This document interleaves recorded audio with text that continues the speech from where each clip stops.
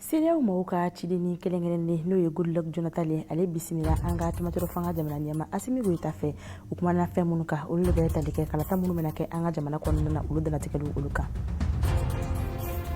San 2021 ale bɛ ka i sɛnsɛn ka se a banyɔrɔw ma mun bɛ tali kɛ an ka sifinnakaw la olu kɔni bɛ ka u senfa bibiri ka taa se kundilan la ka u kundila mun bɛ tali kɛ k'u la ale fɛnɛ ale bɛ ka dilan an ka jamana kɔnɔna na kɛrɛnkɛrɛnnenya Sikaso marabolo kɔnɔna na nin waati in na.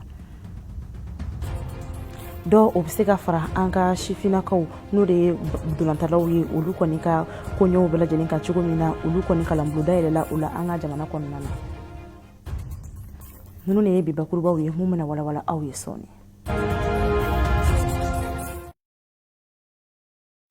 M7 Jabarani filɛbaw aw bɛɛ lajɛlen ni su i n'a fɔ n bɔra k'a fɔ aw ɲɛna cogo min na an ka jamana ɲɛma Tɛmatɔrɔ fanga jamana ɲɛma Asimi Goyita colonel Asimi Goyita ale kɔni ye CEDEAO mɔgɔw ka ciden kelen-kelenni Goodluck Jonathan ka ale bisimila min ni o kɛra kunu tarata décembre kalo tile 21 san 2021 an ka jamana kɔnɔna na o kumana fɛnba minnu kan olu de bɛ tali kɛ kalata minnu bɛna kɛ an ka jamana kɔnɔna na olu sɛbɛn olu danatigɛliw olu koɲɛw kan Pɛna Siribe ale bɛna walawalali kɛ an ye a la. U bɔlen ɲɔgɔn in na Goodluck Jonathan ale ye ɲɛfɔli kɛ maaw ye a y'a yira k'a fɔ kulu cira CEDEAO ɲɛmaw de fɛ yaasa u kana Mali la ni Tɛmatɔrɔ fanga jamana ɲɛma bɛ se ka ɲɔgɔn ye. Goodluck Jonathan ale ni maa minnu nana o bɛ tali kɛ CEDEAO ɲɛma dɔ fɛnɛ na n'o de ye Jean-Claude Kassiburu ye fo ka taa se Nigeria o ambassadeur Mali kɔnɔna la. Goodluck Jonathan y'a yira k'a fɔ kulu cira Bamako yaasa u ni Tɛmatɔrɔ fanga jamana ɲɛmaw bɛ se ka kuma u ka baaraw taabolo la. A y'a yira k'a fɔ fana ko CEDEAO jamana ɲɛmaw ka fɛla ye min ye o de ye yanni san laban in cɛ kalafili baaraw o bɛ se ka sigi sen kan cogoya min na. Goodluck Jonathan y'a yira k'a fɔ kulu ni Tɛmatɔrɔ fanga jamana ɲɛma ka ni ɲɔgɔn ye k'a kɛra basigi kɔnɔna na. An ka jamana banmaliba ale ni Faransi olu finitigilakaw olu ka sɛbɛn mun bɛ yen ko olu kɔni lagɛli bɛna kɛ olu koɲɛw kan ka kɛɲɛ ni an ka Tɛmatɔrɔ fanga colonel Asimi Goyita ale ka ŋaniyaw yɛrɛ ye o koɲɛ kan mun bɛ tali kɛ Corona ɲɛma la monsieur Idrissa Konate ale kɔni ye ka hakilinaw di a koɲɛw kan Amadou H Jara ale ka kuma galamani na. Corona depuis le mois de novembre Corona créera parce que lorsque Hachimi y'a fɔ ko ka coopération militaire min bɛ Mali ni France cɛ ko ka réviser donc wasabulon kɔnɔna la honorable Fuseni Ouattara a wulila a ko vraiment wasadenw ka na u ka fara kan pour que u ka nin action baara in hakilina min don k'a lajɛ pour que a bɛ taa Mali ka faveur la cogo min na que ça soit gagnant-gagnant entre le Mali et la France donc o de kama a ye weleli kɛ jusqu'à ce que anw yɛrɛ nana sɔrɔ a kɔnɔna la bi alhamdulillah ne ye président de la jeunesse nationale ye an bɛ baara la pour que k'u dɛmɛ jamana in ta fanga ala k'a di an bɛɛ lajɛlen ma an ka wulikajɔ kɛra mun ye vraiment an bɛ cérémonie mun kɛ fɔlɔ n'o ye cérémonie de reconnaissance ye ka ɲumankɛlaw waleɲuman dɔn an y'o parrainage ta k'a di honorable Fuseni Ouattara ma a y'o kɛ k'o se a dan na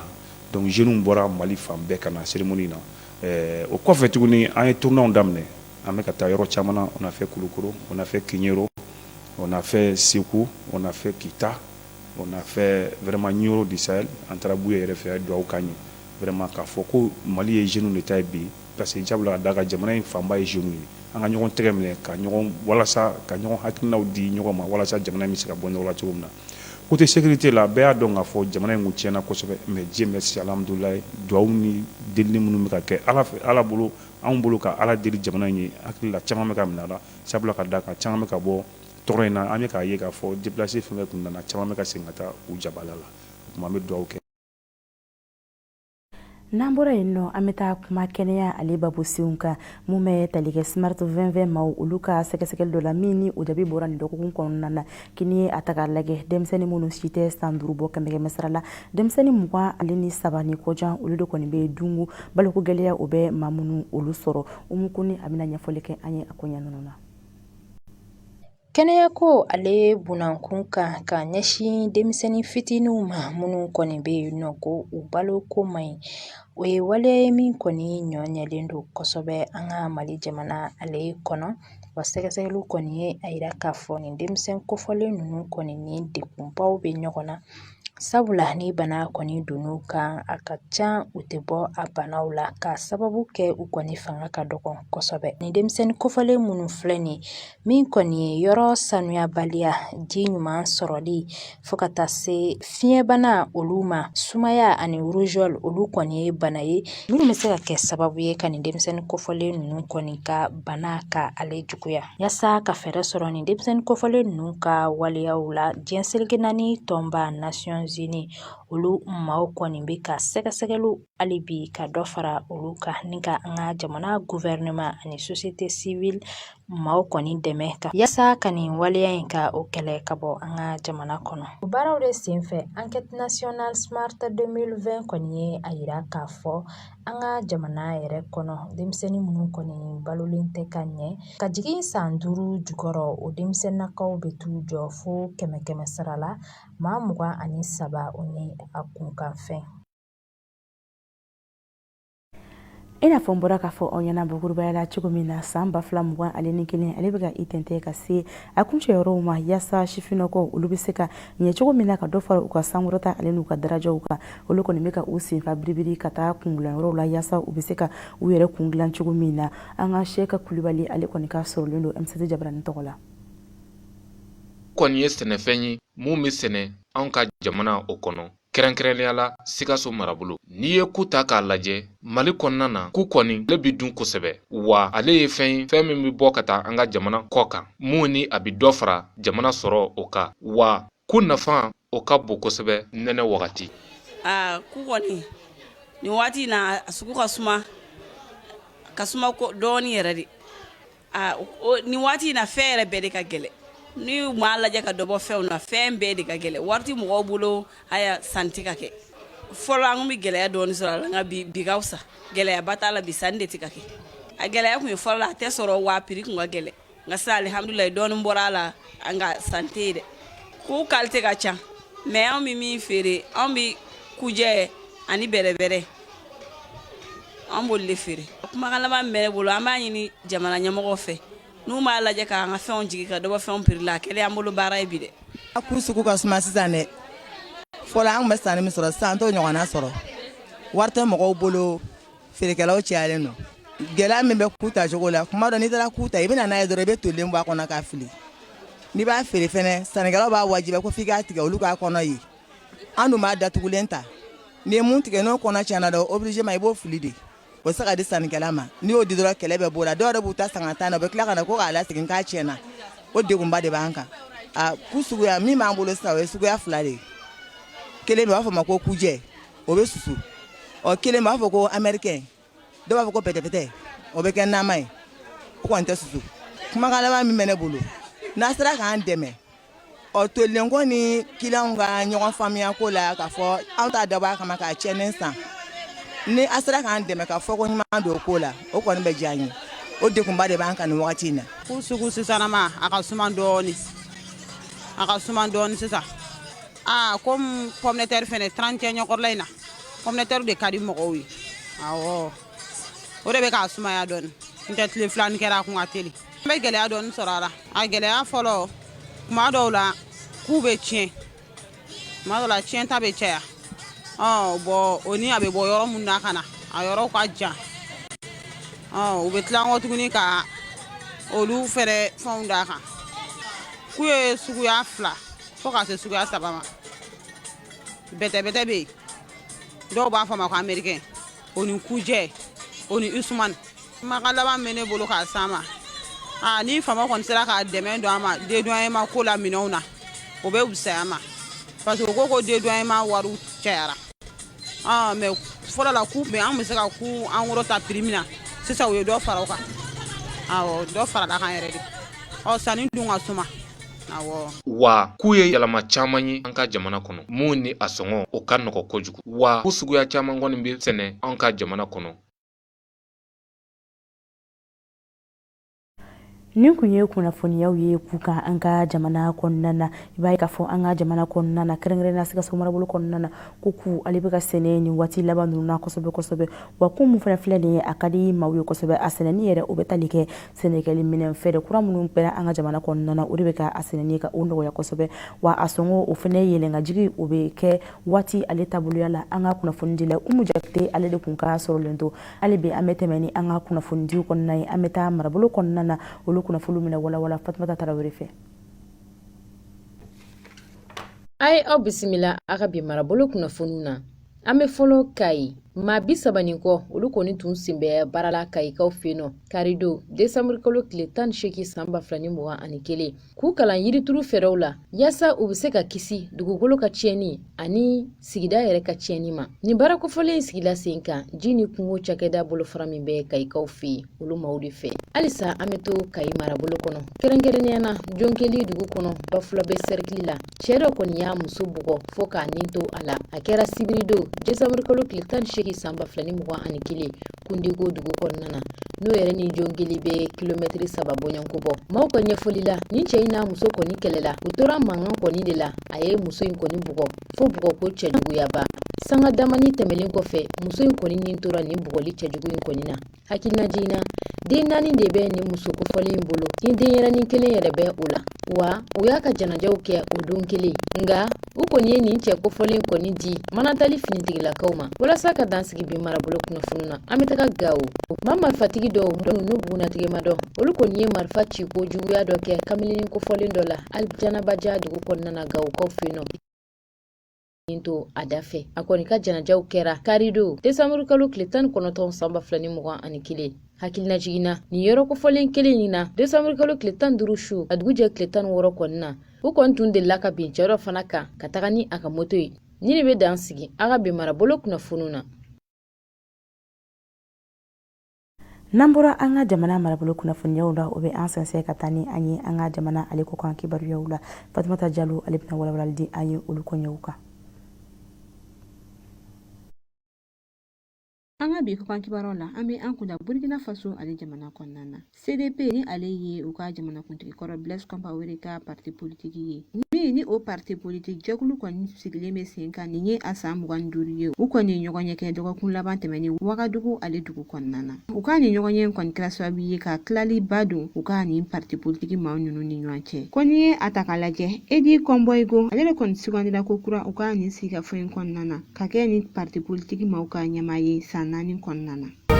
An bɛ an kunda Senegal ale jamana kɔnɔna na an bɛ wagati min na i ko sisan Senegal jamana kɔnɔdenw kɔni bɛ ka girin kamamafɛnw kan ka d'a kan ko ni ye a ta k'a lajɛ ko nin sanyɛlɛma seli ninnu na kerecɛn fara silamɛ kan maaw kɔni bɛ girin kamamafɛn ninnu kan kosɛbɛ o de hukumu kɔnɔna na kamamafɛn fɛrɛba ninnu kɔni ye a yira k'a fɔ ko gɛlɛya caman bɛ u kan ka sababuya kɛ dɔ faragalen ye u sɔngɔw kan.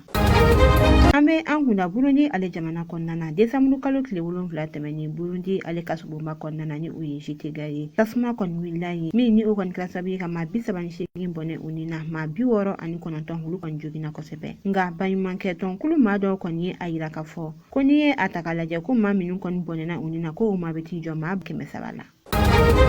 An bɛ a kuncɛ ni Somali ale jamana ye diɲɛseleke naani tɔnba maaw ka bolofara min bɛ Somali ale jamana kɔnɔna na dɔ farakara olu ka baaraw kɔni kuntagala kan ni kalo 3 ye yaasa u bɛ se ka Bamakulu sebabukulu maa ninnu kɔni kɛlɛ ka bɔ u ka jamana kɔnɔna na cogoya min na nin kɔni ye waleya min kɔni tun kɔnɔnen don kosɛbɛ min ni o baaraw kɔni sumayara ka sababuya kɛ bɛnbaliya min tun bɛ diɲɛseleke naani tɔnba maaw ale ni farafinna tiliya tɔnba ni ɲɔgɔn cɛ.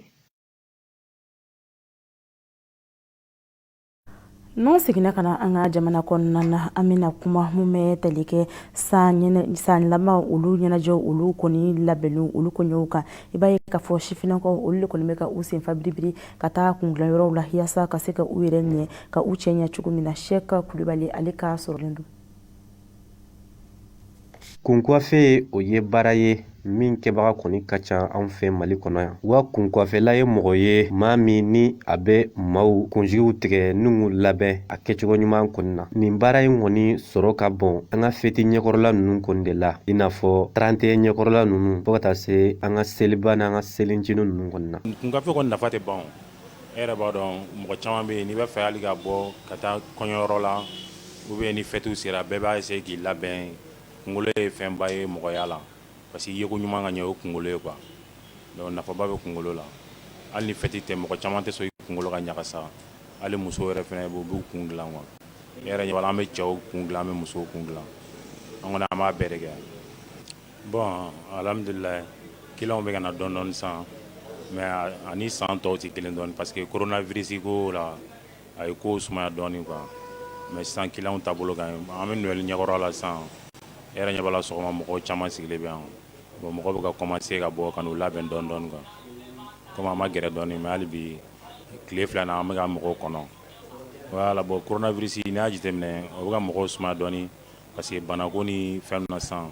mɔgɔ caman bɛ yen olu bɛ ka siran bana ɲɛ u bɛ siran ka gɛrɛ mɔgɔw la ani salon na bon kunkafe tɛ kɛ n'an ma gɛrɛ ɲɔgɔn na quoi. Bon o bɛ ka kɛ sababu ye ka mɔgɔw sumaya dɔɔni a ye kow sumaya dɔɔni yɛrɛ de sisan. 31 sera soit fêtu sera kɛrɛnkɛrɛnnenya na 31 seliw 22 septembre n'u sera client bɛ caya kun kafɛrɛw la parce que olu ye jamaw de ye bon jama mana se ani jama tɛ o waatiw tɛ kelen donc o de la jama bɛ caya ka na kun kafɛrɛw la. Ne client ne kan kun kafɛ nafa ne bɛ se ka nafa fila fɔ a la nafa fɔlɔ tɛ dɔwɛrɛ ye par exemple n'i b'i kɔfɛ n'i y'a bɛ n'i kɔfɛ i b'a sɔrɔ si de cayara sinon si tɛ mɔgɔ min kunna tɛ kɔfɛ o. Donc ni nana coiffé ni si cɛra ni bɛ hali ni bɛ seliji da a b'i ka seliji da nɔgɔya quoi ji bɛ jigin facilement et puis o y'a nafa fɔlɔ nafa filanan a b'i ka beauté labɔ i n'a fɔ a b'i cɛɲa quoi i n'a fɔ ne yɛrɛ filɛ cogo min na sisan mɔgɔ si tɛ ne sakili tɛmɛ ne la voilà o y'a nafa filanan ye. Bon yan kɔni n bɛ se ka kuma yanni kan précisément yan prix kɔni b'a cogo kɔrɔ la fara waati min tɛ fêté o kan yan prix b'a cogo kɔrɔ la prix tɛ changer ici c'est moins cher. Tiɲɛ yɛrɛ la tilegan fɛ waati dɔ la client bɛ sɔrɔ bon waati dɔ la client ko fanga dɔ dɔɔni wa très généralement sufɛla ninnu fɛ client bɛ na ka caya dɔɔni quoi n'a fɔ ka daminɛ wulafɛla ninnu na ka don sufɛla na client ko kɔni o fanga ka bon kosɛbɛ dɔɔni voilà awɔ très généralement client bɛ caya fêti ɲɛkɔrɔla na kosɛbɛ ka tɛmɛ waati min na fêti tɛ kan quoi bon mun b'o kɛ ka d'a kan fêti yɛrɛ gɛrɛtɔ caman bɛ i kunkolo bila propre la ka bɛn ni fêti ɲɛkɔrɔla ninnu ye quoi. Hakilijigi bolo ma an ka denmisɛnninw fo ka taa se maakɔrɔba minnu kɔni bɛ wuli ni ka kunkafɛla ninnu kɔni sɛgɛrɛ olu kɔni y'a yira k'a fɔ ko u ka baara kɔni ka ɲi sabula u bɛ dɔ maa caman kɔni jigi kɔrɔ an ka ɲɛnajɛw ani an ka fêtiw waati ninnu kɔni na. kunnafoni kuncɛla mun bɛ tali kɛ an ka mali basikɛtikɛlaw ka dɔ bɛ ka fara olu ka dɔn ta ani n'u ka seko ani dɔn ka fɔ ka taa se u ka sebaya ma mun bɛ tali kɛ kalanbolo in na a labɛnna commission nationale olympique et sportive maaw fɛ olu ka commission athlète olu fɛ ko faranga in yɛrɛ mun bɛ tali kɛ kalanbolo in na a kɛra basikɛtikɛlaw olu ka jabala la an ka kunnafoni dila Amadu Kuyate ale ni Kajatu Bakari ko olu de tun bɛ a kɛnɛ kan. maa mun ka bɔ ɲɔgɔn kɔ olu ye tali kɛ ni formation in kɛnɛ kan o mun na sɔrɔla n'u kun bɛ ka ladɔnniya fɛn min kɔni k'i to basket la ka kalan kɛ. Athlètes nana caman kulu déjà ce qui est très bon et ensuite an ka échange ani formation taabolo la an ye enthousiasme caman ye ka taa athlètes fan fɛ k'a ye taabolo yɛrɛ fɛnɛ la k'a fɔ vraiment ka faamuyali an bɛ ka min f'u ɲɛna vraiment a bɛ ka taa u jigin sira fɛ et puis bon échange très fructueux en plus. Formation in na ne ye faamuyali caman sɔrɔ a la parce que ni formation ye déjà séminaire ninnu don a bɛ athlètes de kama quoi les basketteurs que tu sois basketteur footballeur ou a mana kɛ fɛn o fɛn ka se ka anw représenter commission olympique internationale la an dɛmɛ an ka prise de décision na k'an former comment an bɛ se ka an comporter yɔrɔw la cogo min na quoi voilà et puis an ka suivi de carrière aussi n'an tilala an ka carrière la parce que après an bɛ se ka mun kɛ voilà an ka miiri o la n'i y'a jateminɛ bi bi in na Mali la ni caman tilala carrière la wagati min na ni caman ka carrière banna de b'u miiri u bɛ se ka mun entreprendre quoi donc ni comité in ni commission olympique in mun sigira sisan ale nana k'an former pour que an bɛ se ka hakili to an yɛrɛ la an ka carrière wagati k'an miiri an bɛ se ka mun kɛ après notre carrière aussi. Ni kalanbolo nin kɔni tɛmɛnen kɔfɛ basketkɛlaw olu kɔni laɲini kɛ k'a fɔ olu bɛna ni baara in bɛɛ lajɛlen sen kan walasa cogo min na Mali basketball a bɛ se ka taa ɲɛ sɔrɔ cogo min. wa ni fargolo ɲɛnajɛ kiwariyo o de bɛ dan sigi an ka bisu in na kunnafonidiw la bamanankan na aw ni ce an filɛli ale ni an lagɛliko ɲuman na a y'aw sɔgɔlen to anw na ni kunnafoni kelen ninnu olu bɛna fara ɲɔgɔn kan ka di aw ma nansarakan cɛnin na Fadi Talife Mayiga fɛ ala ka so hɛrɛ di aw ni ne bɛɛ lajɛlen kelen kelenna ma